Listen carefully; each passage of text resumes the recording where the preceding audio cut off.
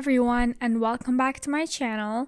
So today we're going to be making a follow-up video on the 8-passenger situation because there are new breaks in the story almost every single day. If you're not caught up, I highly recommend watching our last video as we're not going to go over so much context this time around. Jody Hildenbrandt and Ruby Frank were charged with suspicion of aggravated child abuse, which according to the Utah legislature, which varies from a Class A to Class C demeanor, meaning she can spend anywhere from 3 months to 6 months in jail, as well as fines that vary from $750 to $1,000. Ruby appeared in court for a shelter hearing on Thursday and made some wild allegations, to say the least. She broke down sobbing multiple times in court as she claimed that one of her minor children had molested siblings, family members, and neighborhood children for years. And she went into horrific detail, so trigger warning. How her lawyers think this will help her case is beyond me. She claimed that the child started watching P at just 3 years old and said that in May, her child confessed to SAing 20 people, including cousins and neighbors, but Ruby provided no actual proof of these terrible allegations. The judge said that this alleged abusive child will need to be placed in a home with no other children. The Daily Mail reports Frank's husband Kevin, wearing a dark suit, sat at the table with his attorney looking straight ahead as his wife made the sickening allegations. In a surprising courtroom move, an attorney who was sitting in the public viewing area stood up and asked the judge to hear details about the molestation of another child because a mother of one of the alleged victims was in the courtroom. The judge denied the request, citing that details of the alleged abuse can be heard at a future time. The judge also set the next hearing date for September 15th for a mediation hearing and also a September 18th pre-trial hearing. But now let's get into a couple of more details that we didn't get into in our last video. So one thing we did not touch on in our last video was the status of Ruby and Kevin's marriage before the arrest took place and why Ruby's children were at her colleague Jody Hildebrandt's place to begin with. This article by The Distant details their separation, as according to the article, Kevin apparently moved out and separated from Ruby. There were several rumors about their divorce, and it's reported that Kevin lived with Chad, his eldest son, and Sherry had moved out, and Ruby was with the 4 youngest children. The article reads, Ruby and Kevin have opted to keep a noticeable quiet despite the rampant reports about their divorce, leaving their relationship status up for debate. However, per Reality Snark, Kevin has apparently moved out and separated from Ruby. Amid their divorce, which has not been confirmed by the pair officially, Ruby was living with her business partner Jody Hildebrandt in the latter's residence, same house she was upon her arrest. The only comment Kevin has made regarding her arrest has been through his lawyer on page 6, saying that his client's urgent focus is simply to keep his children together under his fatherly care. It is speculated that because of the separation, with her older children Chad and Sherry having moved out of the house, Ruby was the primary caretaker of the 2 youngest children.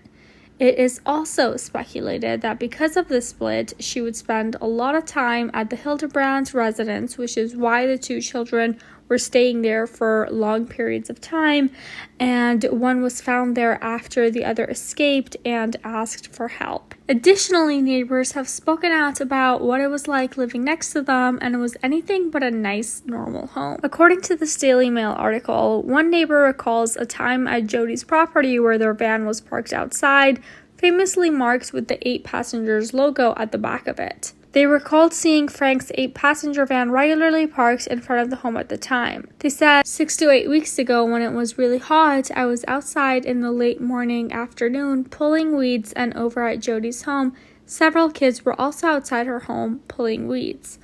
Over the course of the day, the temperature was over 100 degrees and I gave up after a while because it was so hot, but I noticed that the kids stayed out there. The residents also noted how they never heard any sounds coming from the home, such as those of children playing outside which they thought was unusual. Another one of the neighbors commented about the arrest, saying, "Everyone is just breathing a collective sigh of relief because we thought that they were going to come out of that house with body bags."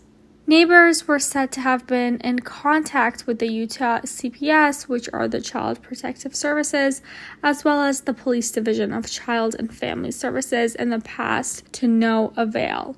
They were happy that they finally took charge, as it is believed that due to their fame, a lot of fans were calling into the police and they saw them as false reports after the 2022 incident where they passed a wellness check, or in 2020 when they did the same thing.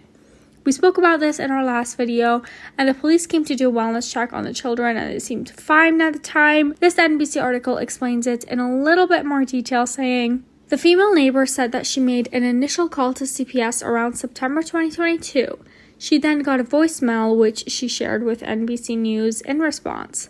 In this voicemail, a person who identified herself as working for Child Protective Services said that she was talking with someone who has some concerns about someone in your area. After that, she said she saw authorities making a wellness check.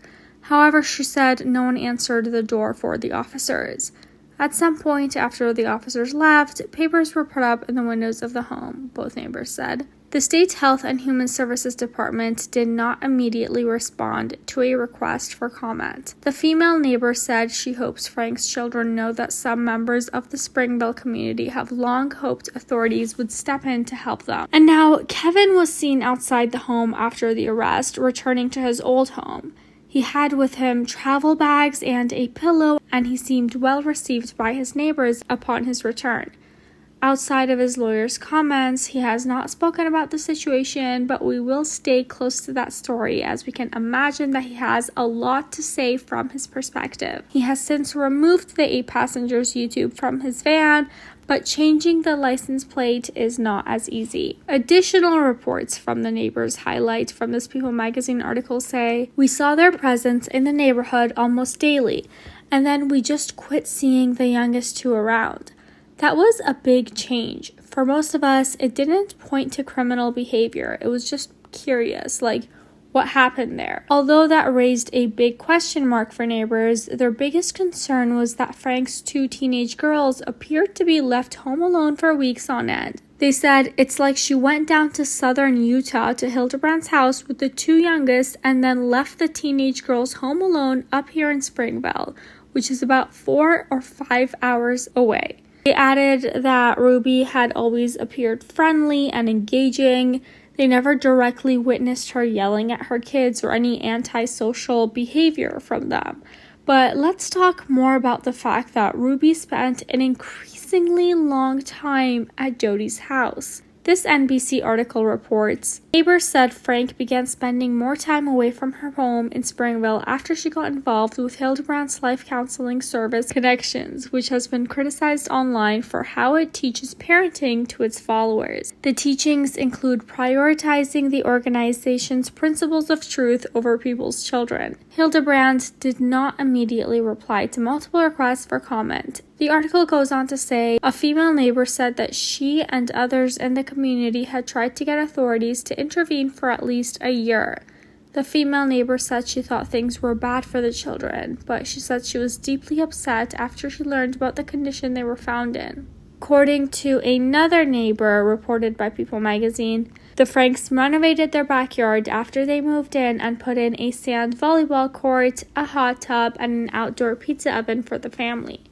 Ruby and Kevin were even teaching their children how to beekeep. The neighbor says that they really set the house up with their kids in mind and spent a lot of money doing it. That's what was so baffling as this then evolved. It's interesting to see it was reported here that they had so many child-friendly activities. However, the children were never heard playing outside. Could it just have been a dollhouse to make everything look okay from the outside? Well, more neighbor reports about the youngest 2 kids, Russell and Eve, are very concerning. You may remember Eve as the 5-year-old that mistakenly did not pack herself lunch to go to school and was made to go hungry. Outside of them being left alone for weeks at a time, This NBC article reports, the male neighbor recalled how Frank's youngest daughter, Eve, who's about 10 years old, would wander the neighborhood while her mother was away for prolonged periods after she kicked Kevin Frank out of the house. Eve would look for companions in the community, the neighbor said.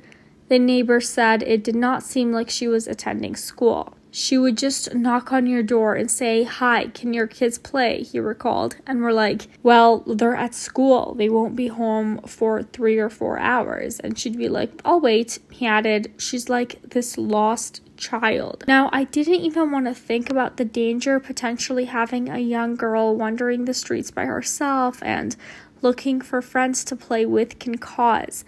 It literally takes one adult to lure that child into a false sense of security for the worst to happen.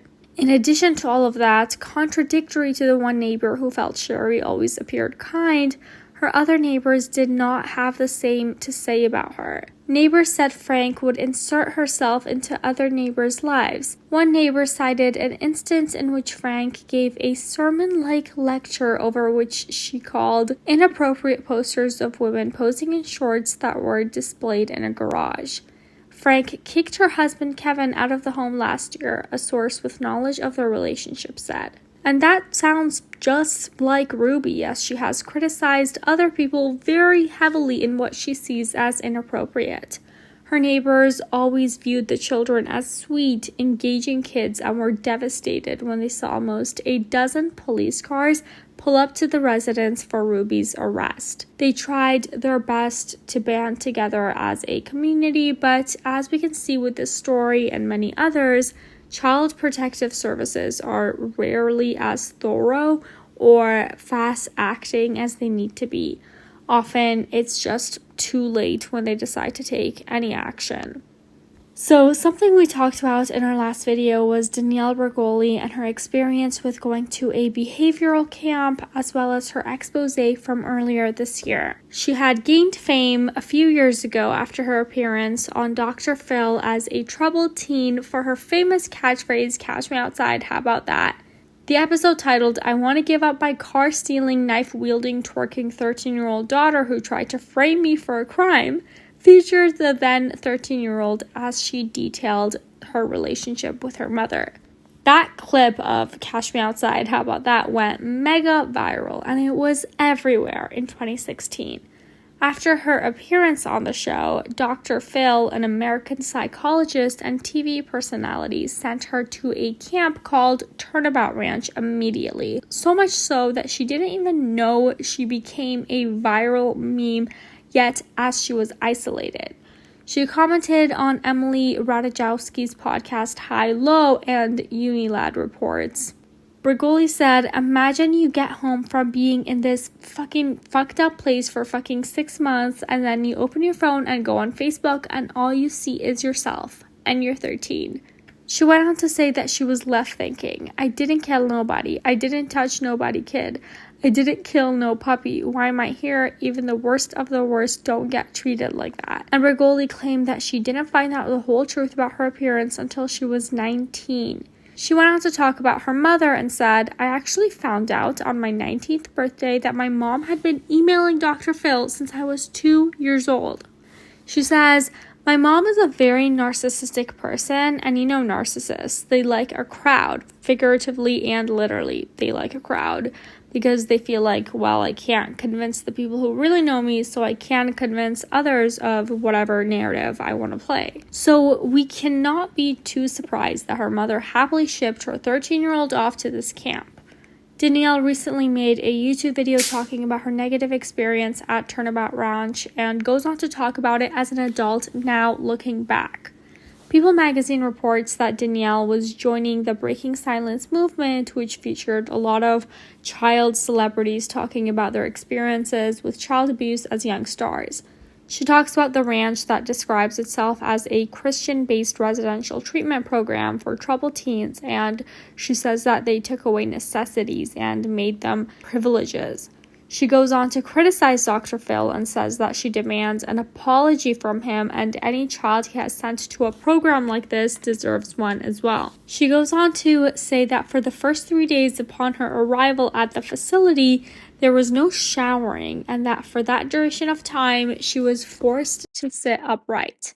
She adds that staffers were allegedly able to delegate any variation of punishments if they were angry at the moment. She says, they wouldn't let me lay down for nothing. Like, I was falling asleep and they're like, oh, get up, get up.